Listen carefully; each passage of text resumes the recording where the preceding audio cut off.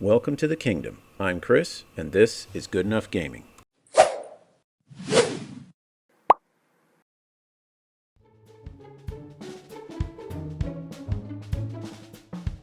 Alrighty, everybody. Welcome to the Line of Sight podcast, where today my guest is Bree, good friend of mine I've known for many years. And here's the crazy thing. She's a girl. We're going to get the female perspective on gaming today. So, Bree, thanks for joining us. Thank you for inviting me. It's so exciting.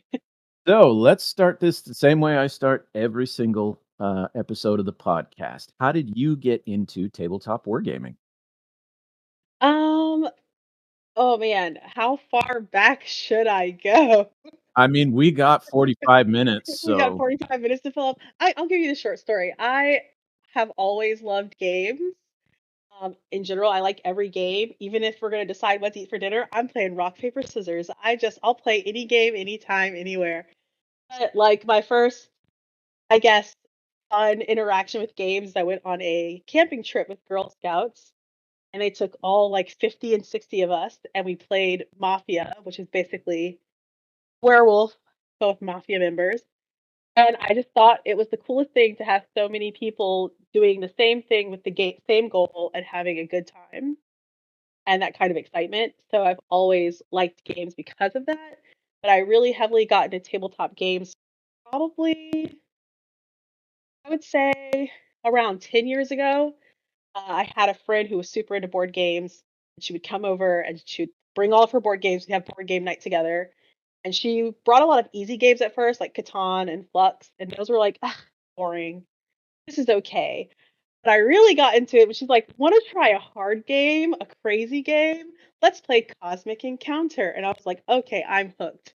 I like backstabbing. I like lying. I like doing crazy things in games. And so after that, I was like, I want to buy all the board games. so that was it. That was it then. That was the gateway. That was the gateway game for me, Cosmic Encounter. Cosmic Encounter. I don't think I've ever actually played that one. I've heard That of it, and one, I think I've heard you talk about it before. yeah, it's a really fun game. Everybody is trying to take over different planets. You get an alien race that you play throughout each game. There's over 200 aliens in the game, so no game is ever the same. Essentially, every alien gives you the ability to break one game rule. And so it kind Oh, of turns the game upside down, whereas most people need to win a combat by having the highest number. You could be like, I'm the reverse. I win a combat if I have the lowest number. And so you're trying to take over these different planets. You can call for allies, you can sabotage, you can backstab. It's great. It's one of my favorite games. yeah, the low rolling, that would work for me because Bree has witnessed firsthand, as most of you have. Now I have documentary evidence of how bad my rolls are. Like it Yes, is proven. it There it is is. the truth. We are both cursed by like the dice gods. So does that game use miniatures or just figures like Monopoly? Like when did you make the switch from board games to games with models that you would have to build and paint, or was that an entirely different leap? So I did play frequently after that Mansions of Madness, and if you've ever heard of that game, like Cthulhu-esque. Escape the Eldritch horrors in a mansion. That has miniatures, and so I had always wanted to paint those miniatures, but I was terribly afraid of painting anything. So then I met some random guy who played Warhammer, and I was like, "Oh, I know you paint miniatures. Tell me about it. Tell me about Warhammer. That sounds kind of cool." And he's like, "Oh, that game would be way too hard for you. It's got so many rules, and it takes so much effort. I don't think it's really your thing."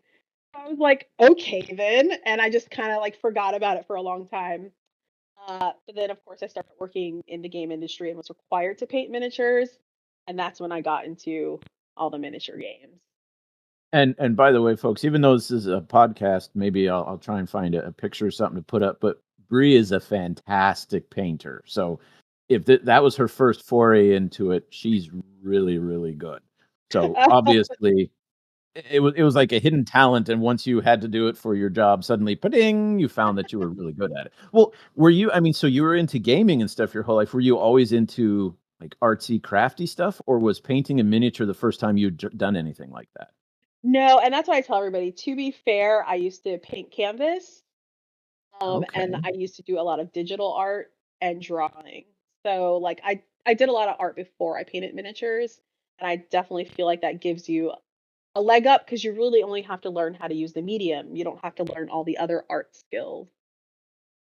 So yeah, you already understood light and shadow and contrasting colors and all that good stuff. So Yeah. was it which would you say of all those of like digital art or painting on a canvas or painting miniatures, which one would you say for you at least was the most difficult? Uh, Definitely canvas painting. Um, I always tell people I like miniature painting the best because it's the most fun of the art. It's the color and Okay. composition and none of the form or the shape. And Because that's that's what I the was gonna hardest ask you next. thing. Yeah, which one is the best? And I totally get that because on a canvas, it's with a miniature, the things are there, you're just adding color. Right. With a canvas, you've gotta decide what's there, and then you gotta paint it And then you too. got to color, and your shape has to be spot on because everybody knows what terribly drawn fingers look like. But in a miniature, you're like, I just have to be responsible for accentuating the shape that's already there. And with really good miniatures, it's much easier because that shape is so clear. And so you get to have fun just playing around and making it look fancy. Yep. So, would you say then, when you were doing one of your, like, other, digital drawing or something like that, would it take you longer to do one of those than a miniature? Or because you enjoy the miniature more, would you be willing to put more time into painting a mini or an army? So I think it depends what you're doing in digital art. To be honest, when I say digital art, I say loosely art done on a computer. So that Okay. for me is anywhere from like pixel art, which I did a lot of pixel art. That could take forever depending on how large the pixel art image is, because you're literally doing it pixel by pixel. But that's very similar to doing a miniature because it's all the color and shadow and definition. Mhm. Um, but I did a lot of digital art that required like taking a lot of pieces, like visual images, and putting them together Oh, into okay. one cohesive art piece. That is a little different, and I feel like that comes together a little better. It's more about editing software at that point. And that was really me. I love computers, so that was for me more learning how to use the software to make the image you want and less about your artist skill. And Um, no, that was a question I was gonna ask. So, was this all stuff you did just on your own as a hobby? Did you have any formal training or schooling, or you just kinda learned as you went on your own? uh, Little known fact about me is I was a computer nerd. And I locked myself away in my room starting in the 4th grade with our family's only computer, and I probably used that computer 24 hours a day. Oh, wait, let me get And this straight. You're a computer nerd and you got involved in tabletop gaming? Oh, gee, that's a story we've never heard before. I know, I know.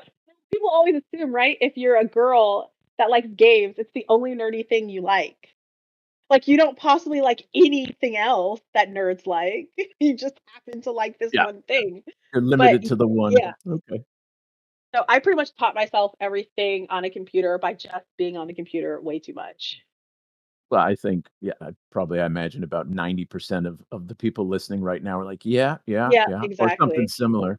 Mhm. So then what about, computer type games? What's your favorite kind of, video game, or do you prefer more to the board game, the physical, a game with a physical component to it?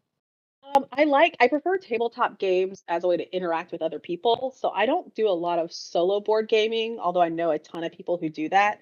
I just can't do it. I can't hold myself to the rules. I'll just cheat, and then there's no fun in winning. So I can't solo tabletop game, but I can solo video game because I'm forced to follow the rules. And so if there's a game I like to play by myself, if I want to play by myself, I'll play a video game. If I want to play with other people, I'll play a board game. Oh, that's interesting. Oh, and just as a side note here, folks, um, Bree predicted Helldivers. So what was it, about 2018? I I think it was predicted. before the lockdowns. Bree had showed me she was painting up a squad of Space Marine scouts, and she said, "Yeah, I heard about this thing called Helldivers. It's a book, I guess." And she said it sounded cool, so she painted up an entire squad of scouts in a Helldiver scheme, and that got me interested, and so I looked it up and I read the book, and I thought, "Okay, well, that's nice." And then 5 years later, it's this, huge thing computer game now. So, Bree, you have any stock tip for us? What's next? Sadly, I have no stock tips, but I will tell everybody I'm OG Helldivers 1, and I will still play that game any day. Have you tried the second one? I have. I I'm terrible at first person, third person. I really like the old top down style of the original Helldivers, and also it's just a different game, right? It's Yes. the whole flavor of it is very different, and I still prefer the first one. But you can honestly say you were into it before it was cool. Yes, I was into it way before it was cool. Back in my day, we just had top down twin stick. So then, since I mean, very, very broad interests. You like board games, you do video games, you do tabletop. Which one do you find yourself? Well, you did say solo, you play video game. In social setting, you prefer the tabletop. Do you still play a lot of board games, or do you prefer the tabletop, or is it just whatever people are up for? So, to be honest, because I work around tabletop miniature games, I don't do that a lot at home. I just can't do it at work and then also come home and do it. Although I will paint miniatures at home. At home, I mostly play board games. So I'll play board games with my boyfriend, with our kids. We play probably one or two board games a week. And then I have a game group that I play with every other week. So that's primarily what I do. Um, Video games, I do love platformers, Metroidvania style games, which are not as popular as they used to be. So I haven't played a lot of games because there are not a lot of good ones right now. I put in not a plug, but one of my favorite video games of all time, Castlevania Symphony of the Night, which is a Metroid. It's the Vania half of the Metroidvania, Yes. and it's fantastic. For any of you who's never played it, it's kind of old. It was PlayStation 2, I think, but it Oh. holds its value very, very well. Yeah, I'm old. Tell me about it. Yeah. Yeah, I was at a local like video game store the other day trying to pick up a new PlayStation 2 because mine won't run anymore. So I'm gonna have to replace my PS2, sadly.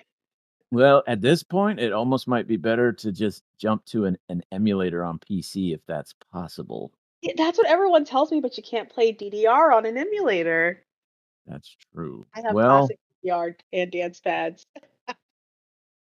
well, I'm afraid you're in a bit of a conundrum there. Yes, I'm getting too old. Yeah, aren't we all? Well, if you ever want to feel better, go check out the podcast where I interview Rob, where he was talking about how in the '70s he was going to gaming conventions, and you'll feel a lot younger. I'll do that.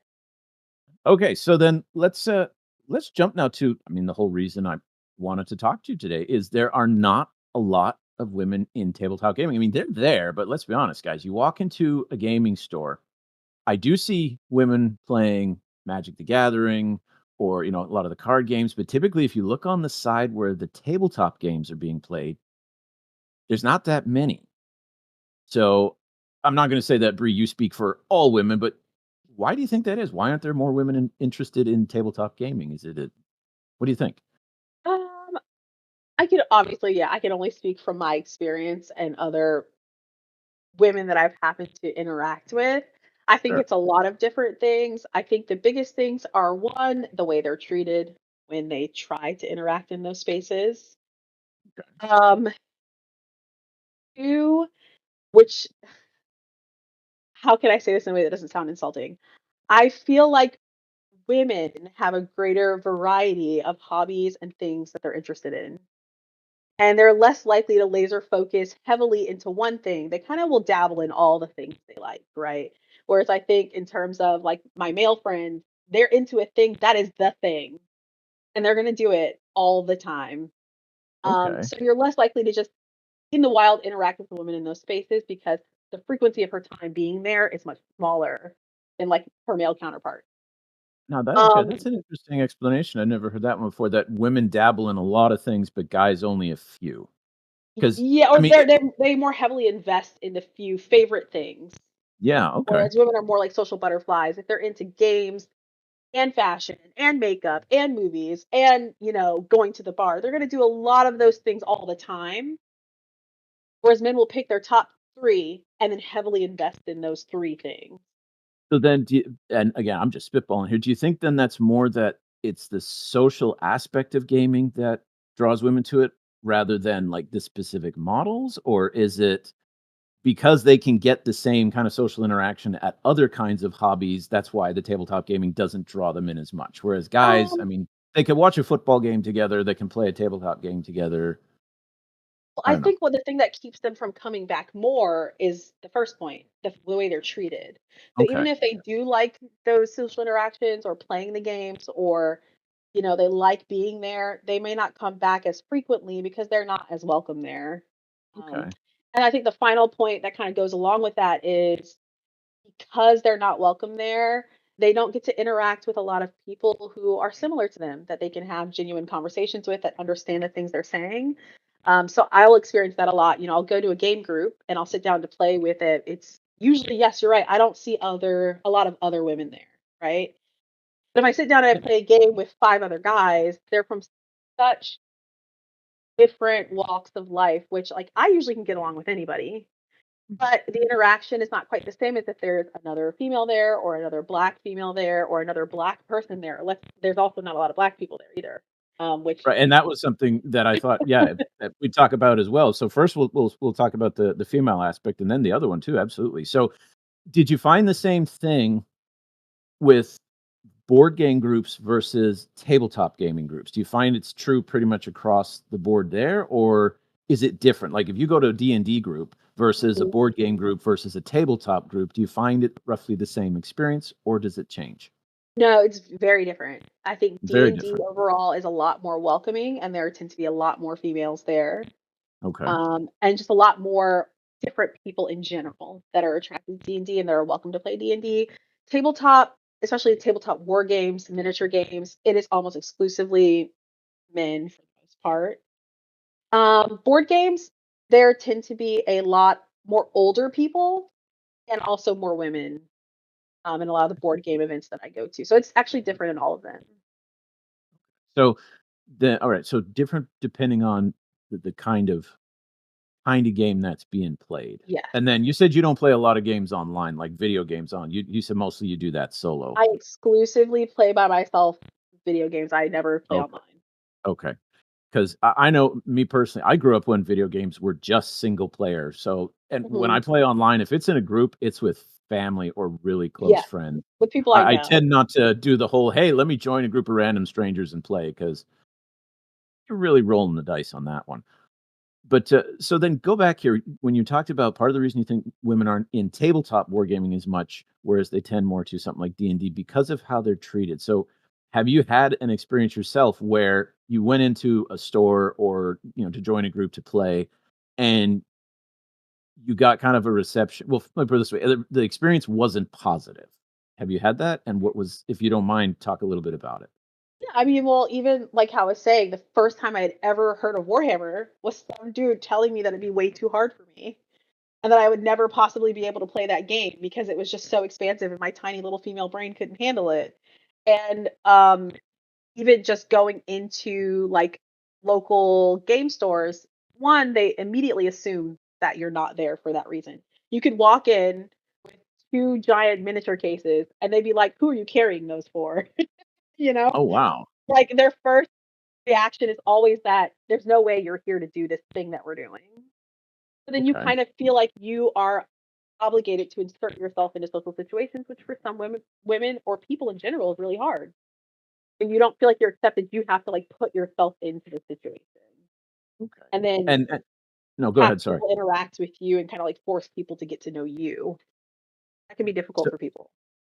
okay, so when you had the first experience where the guy said this is too complicated for you, it was definitely too complicated for you as a woman. It wasn't like an older guy seeing you as some whippersnapper who's too Yeah. young or something like that. It was pretty clear. Yeah, Okay. this guy was the same age as me. He was just Ah, like, okay. "Oh, I know what kind of girl you are. You don't want to think this much. Like you have to Interesting. read." He was like, "You have to read so many books." I mean, like anyone who plays D&D has to read a lot of books. See, my thought They would be, do. if I met a woman who played any kind of tabletop game, I would assume they've at least tried a I'm sorry, let me back that up. If I meet a woman who's played D&D, I would assume, oh, you've at least been exposed to something like Warhammer or some kind of tabletop game. Like I would see those as if you already do this hobby, you probably do that one. Yes, which is the funniest thing is this gentleman was over at my house at a board game group that I hosted, Wow. and he still said that. So it's one, people don't feel, I don't, when I usually go into these spaces, I don't necessarily feel welcome. I'm pretty extroverted, I think. So for me personally, it Yes, doesn't bother yes. me. I can confirm that you are very much extroverted, Bree. But I know for other people that's difficult to break into. But then it's also when you start playing the game. There's a certain type of people that have an ego about letting a girl beat them. They can be Oh, hyper wow. aggressive at the game. And then there's also the mansplaining, right? Telling me how every single game rule works extensively in excessive detail when I already know how the game works. And that is one of those, again, I'm extroverted. When people do that to me, I'm like, hey, tell me how to play the game. But for Okay. some people, that's uncomfortable for them. So they'd rather just not come back. So then let's see, 2 things if I can actually remember them. So first, because you're super extroverted, a lot of the gamers that I know and meet are the opposite. They're very introverted. Do you think Mhm. that might be part of the reason why it's hard to bust in? Because I know I've been to gaming stores where even if it's a guy coming in, if he's super shy and introverted and the gaming group is very introverted, it takes a long time for them to actually interact. There was one at a store that you and I actually used to play at together, where for the first, I think 4 games, this other guy wouldn't look me in the eye. He would talk facing his dice. He was so shy.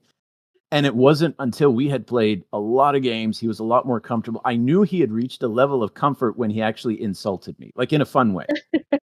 I did something and Right. he took a shot at me and I went, "Oh my goodness, you've actually opened up." And then I noticed he actually would look at me when he talked. Yes. I mean, I'm definitely not saying that is the case for everyone. Like I said, I know some people are shy, and the gaming hobby, I think in general, kind of attracts some people that tend to be a little shyer, or are not as great interacting socially. But I think you can tell the genuine difference between someone who is shy and someone who has decided they don't like you. They're just a troll. I think it's a very different kind of interaction. Um, oh, Okay. So let me go into the weeds a little more here. I imagine that the tabletop game that you played a lot early was a lot of Games Workshop stuff, 40K, Age of Sigmar, stuff like that. mhm. And those have a they have a competitive scene. Like you have national tournaments for those games. Do you Is it possible, or have you experienced that games that aren't as competitive or don't have a competitive scene, do you still have that kind of cliquishness? Or is it just seem to be tabletop gaming in general tends that way? Because I could see if you go in a store and it's a store that's very competitive and the players are very competitive, yeah, they're going to see you as the outsider. And even when they start playing you, they're going to be very aggressive or at least assertive. So was it 40K groups, or have you seen it maybe with, I don't know how much you played one page rules or something? Do different games Um, lend themselves to be more welcoming? I yeah, I don't really have a ton of experience with a lot of tabletop war games. Like you said, it's mostly Games Workshop stuff. Um, and that's probably because I work around it, so I'm not gonna go dabble in lots of other things outside of that. I think there's definitely like an in group, out group kind of thing, which is stronger amongst competitive people because they feel like they earned the right to be there, right? Like they had to learn enough rules and play the game well enough to be in that competitive space. And so they start to create this cliquish thing because of that. And when they have that hyper aggressive in group, they do tend to be more aggressive of newcomers, regardless of who those newcomers are.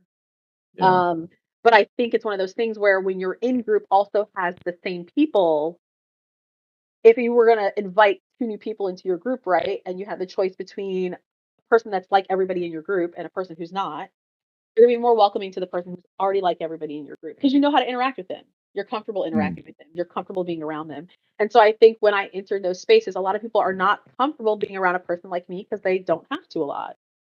And that's a part of it as well. yeah. Okay. All right. So yeah. So then I'm trying to I've got all these like ideas floating around. I'm trying to pin them together here. So one thing I did notice for that time period when I did work um, at a store, I worked for the GW store. My viewers know that I used to work for GW. But what I did notice a lot of times when a couple came in, and I would treat both of them as if they both played, or at least I'd ask if they both played. And most of the times, it was always the guy was there dragging his girlfriend in, and I'd ask her, "Have you ever been interested? Do you paint? Do you play?" And I'd say probably about 7 times out of 10, I'd get a, "Nah, I'm just here because he's here. He dragged me in here," so on and so forth. I wonder if that like just sets a not a precedent, but if the majority of the women that even came into the store didn't play, so then I would start to assume, well, 30% chance you do, so I would play the odds. Would that possibly explain why there's not quite as much that women might not feel as welcome in it is because most women aren't interested in it?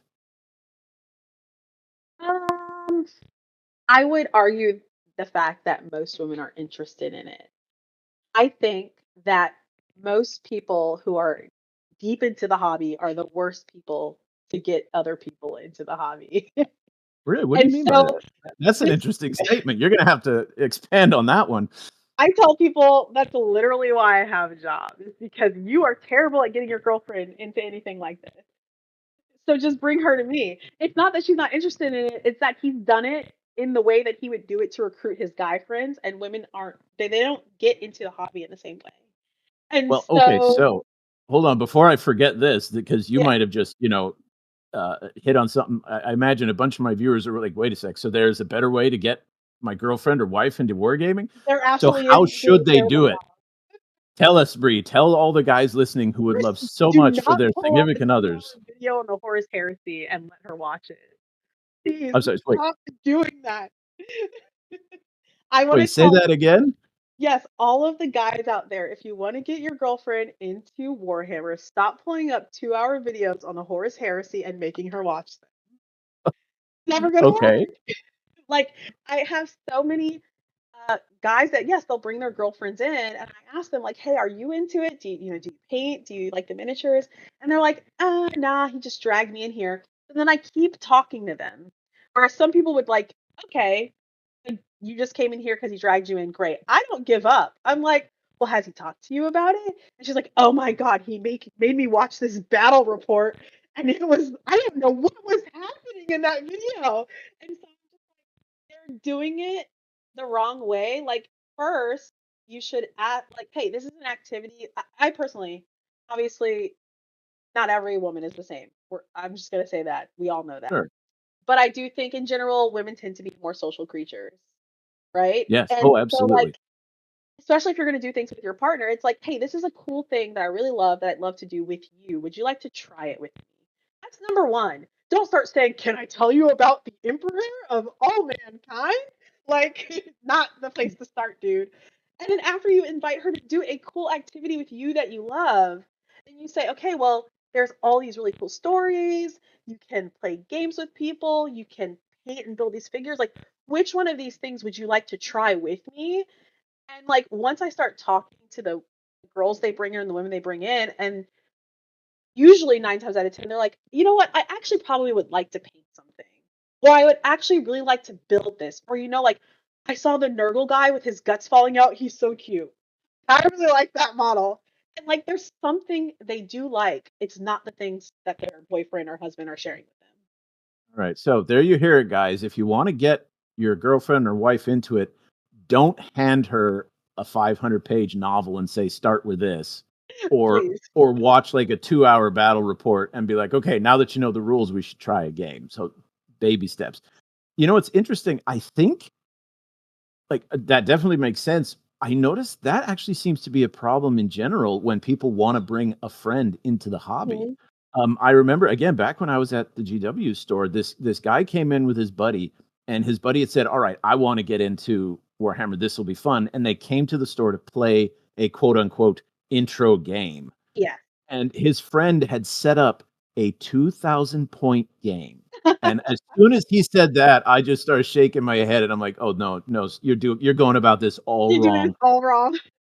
it took them a half an hour just to get set up, and the guy who was familiar with it was talking about, well, you have to pick your warlord traits and you need your relics and what sub-faction. And I looked at his friend, he had the deer in headlights.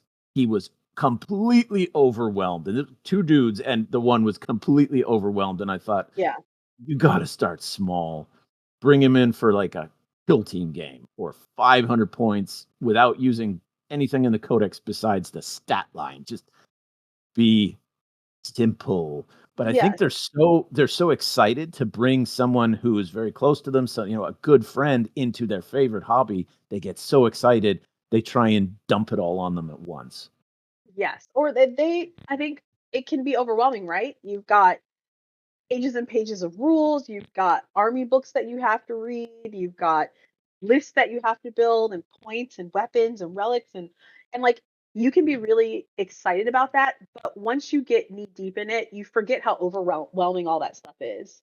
And so you kind of like erase your first experience of having to learn that. And then you're like, well, now that I'm knee deep in it, it's super cool. Let me share with you all this super cool stuff. But like, you have to distill it down to the one thing that made you really excited. And like, for me, I was like, dudes that have two hearts, this is super cool. Or like, I'm going to paint this lady that's got blood dripping down her face. This is really cool. Like, let them enjoy that, just the one thing that is cool to them without you forcing down their throat the thing that you think is cool. Okay. So the appetizer, rather than stand them in front of the buffet and say, "Have fun." Yes, exactly. Exactly. Okay. Okay. Cool. All right. So then, since we're on the same side as you mentioned, not only you're female, but a black female. And again, tabletop gaming, I mean, I know several black guys who play. I know you, but in general, if you walk into a gaming store, you walk into a tournament, it's not only do you not see a lot of black players, but just you don't see a lot of Asian, a lot of Hispanic. Like, it's pretty much a People of lily color in white. general. It's a very lily white hobby. Again, you don't speak for everybody, but why do you think that might be? Why is it that all these other cultures and ethnicities aren't as into it as white players? Is it they don't know about it? Is it it's I don't know. I'll throw it out. What do you think? What has been your experience? This is actually something that I am very passionate about.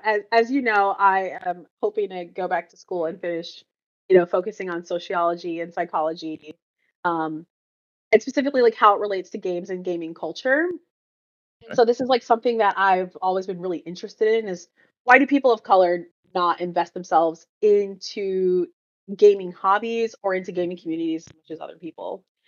And I think one of the biggest things that everybody has to remember is that gaming is a privilege. It's a privilege of social class, money. It's a privilege of the kind of family life and connections that you have and your community connections. And so if you have parents, right, who both have the money to afford to buy you a game and also have the time to invest in playing that game with you because they're not working three jobs to pay the bills, right? And they are not spending paycheck to paycheck to keep the lights on, then you're more likely to be able to enjoy the luxury of having hobbies like playing games and to understand the value of them because you do them regularly. And unfortunately, for a lot of communities with people of color, they may not have those same privileges or luxuries. And so gaming isn't something they grow up with. Or it may not be something they do regularly, or even just having free time or time to relax or do leisure activities in general. Leisure is also a privilege. I mean, you are both female and black and in gaming. And did you grow up in that kind of a situation? I mean, I don't reveal anything crazy, but if you found your way into it, why wouldn't others be able to? If you I don't didn't think it's that live people in a can't, household, yeah, super wealthy. I don't think it's that people can't find their way into it. I think that it's one of those things where if you do grow up, right, and you have the opportunity to find things to relax with, you're more likely to choose the types of activities that you relaxed with when you were younger and with communities that you would feel safe in to relax in. And so when you walk into a game store, even if you are interested in playing a board game and no one like you is there and no one is welcoming of you, you might choose to invest in another activity where people like you are there and they do welcome you. And so, because who wants to relax trying to fight to be welcomed in a community? No one. You have to work, you have to go to school, you don't want to relax that way. But I also think that um, I think there's a lot of things with it, right? It's cultural and social stigmas about like thinking as a relaxing hobby, you know? Some people, when they relax, they want to turn off, they want to veg out, they want to doom scroll on their phone or watch videos. So it's also, I think, a certain type of person that wants to relax by thinking. Okay. And Whereas someone else I would, they think, want their idea of relaxing is more physical. So they want to go shoot hoops, they want to go right, for a they might be jog, they wanting want to to do just that. sports. But I think also when you have a life that can be stressful based on like socioeconomic opportunities, thinking is not a leisure activity you want to do, right? You want to turn off, you want to relax, you want to not have to think about things. So I just think, I think it's just a larger social issue. And everyone doesn't have access to leisure and games. And so as they grow up, they don't necessarily choose those activities. And So so that kind of increases the likelihood that those communities are all the same people, right? Like it kind of just selects that way. so then to play devil's advocate here, and again, these are generalizations, folks, don't freak out. But look at, for example, in the Asian community, there you almost across the board, at least in the United States, Asian households are above the average, highly educated. I mean, there was just that Supreme Court, or not, I can't remember, Supreme Court case where Asians sued Harvard because they said you're keeping us out because so many of us are applying. You don't want the whole student body to be all Asians, and yet there's not many of them in wargaming. Like if I go into a gaming store, I might see Asian person here or there, but so if they, as terms of education and social economic status, they're at average or above, and yet they're not in there. I just think it's where we live, honestly. I don't think there's a very large Asian community where we live in general. Um, Okay. Other Now places that'd that be I've lived, great. like when I lived on the West Coast, there were definitely a lot more Asian players Were at they? game Okay. groups that I would go to. It's just where we live is also not super culturally diverse either. Well, I'd say it's more than some of the places I've lived, Oh, but definitely. It's definitely more than some places I've lived as well. I okay. mean, I don't think it's uniform everywhere. I just think it's that specifically is here. Well, there's your if so for your senior thesis, you can look at gaming and that regard. And then if you go on to do like a master's or something, now you'd have to do geographic. You'd have to look California or then head down to Arizona or Texas to look at Hispanic community and something like that. Hmm. That would be curious to see how it changes based on geographic location as well as the rest. Yeah, for And sure.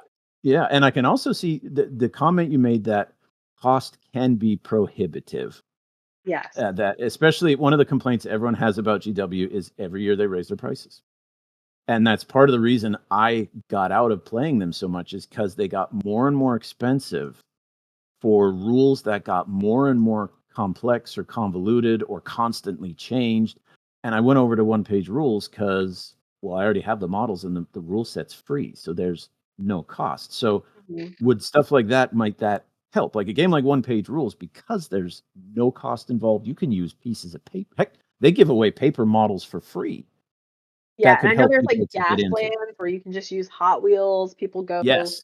to like Goodwill and just dig through toy bins to get Hot Wheels for that game. And there's a lot of ways that I think you can do that stuff uh, by spending less money. But I tell everybody every hobby is a privilege.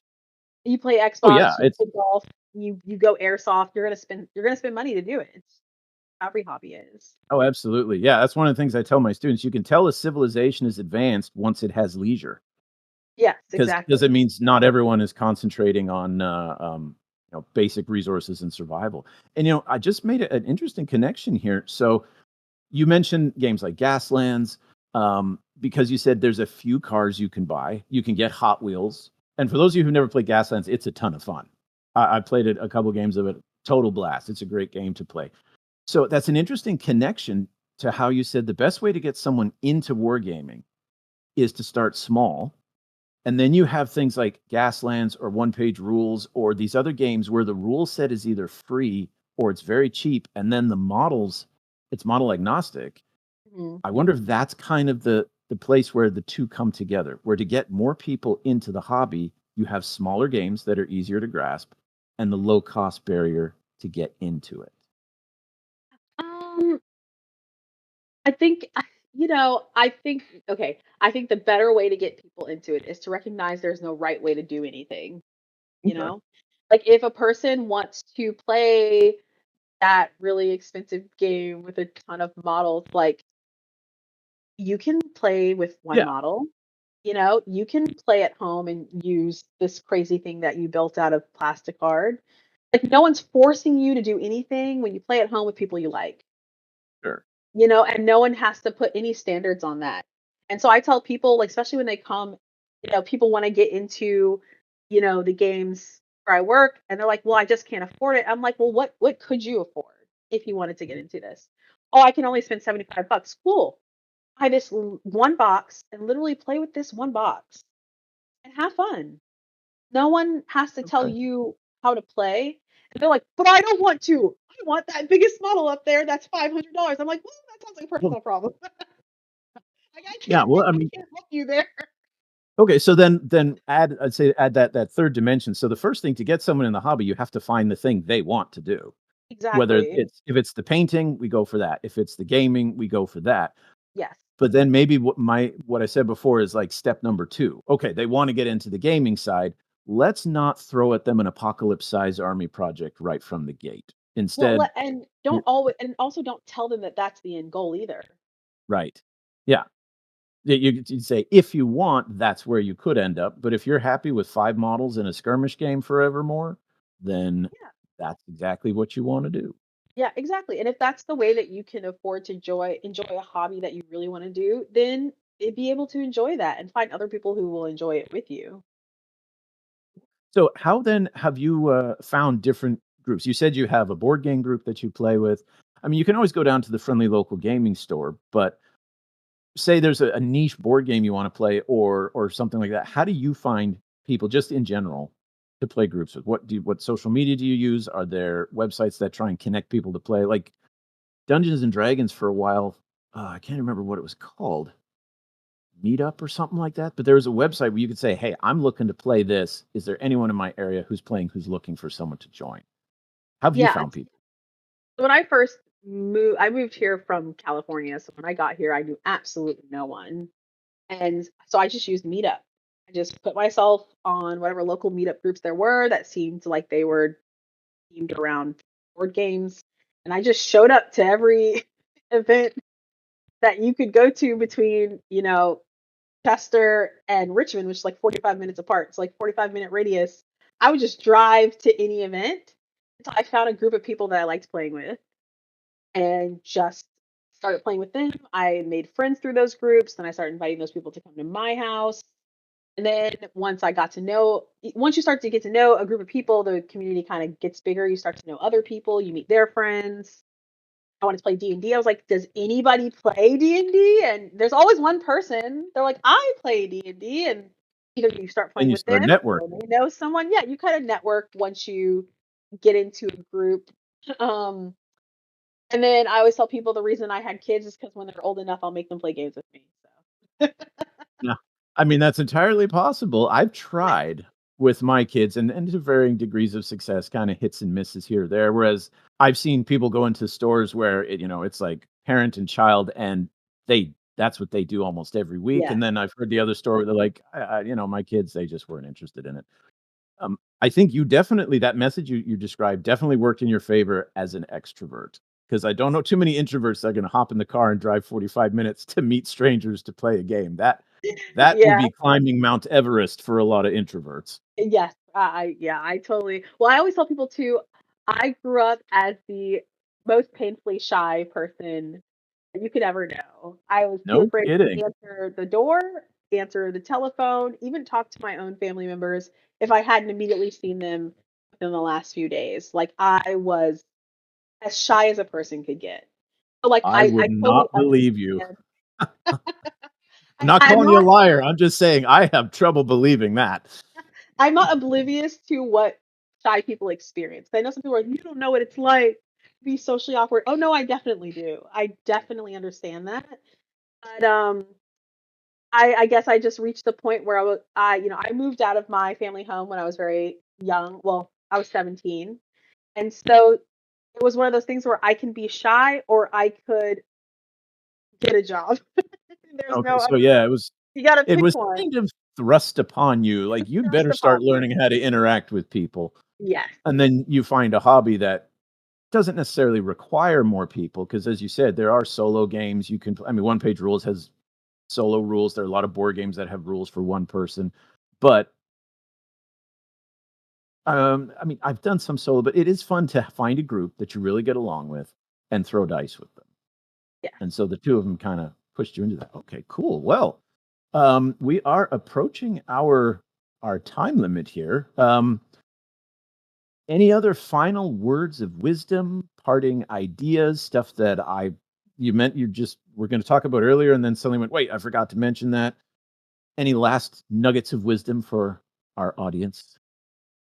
Um, I I don't know. I would just say I think that it would help the community to be more diverse, or even just to get people that you want to get into your favorite hobbies. If you just allow them to find the things they like and let them do those things, the end.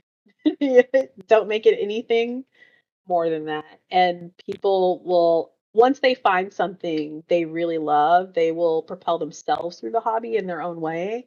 And you don't have to be the person that does that for them.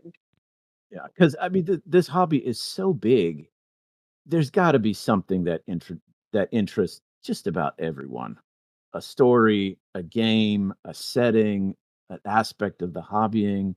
I mean, I'm trying to think of what kind of person couldn't find anything interesting at all in tabletop Yes, gaming as a whole. that's one of And my yet, if favorite things and is as a to whole, you have, talk to them. Oh, go ahead.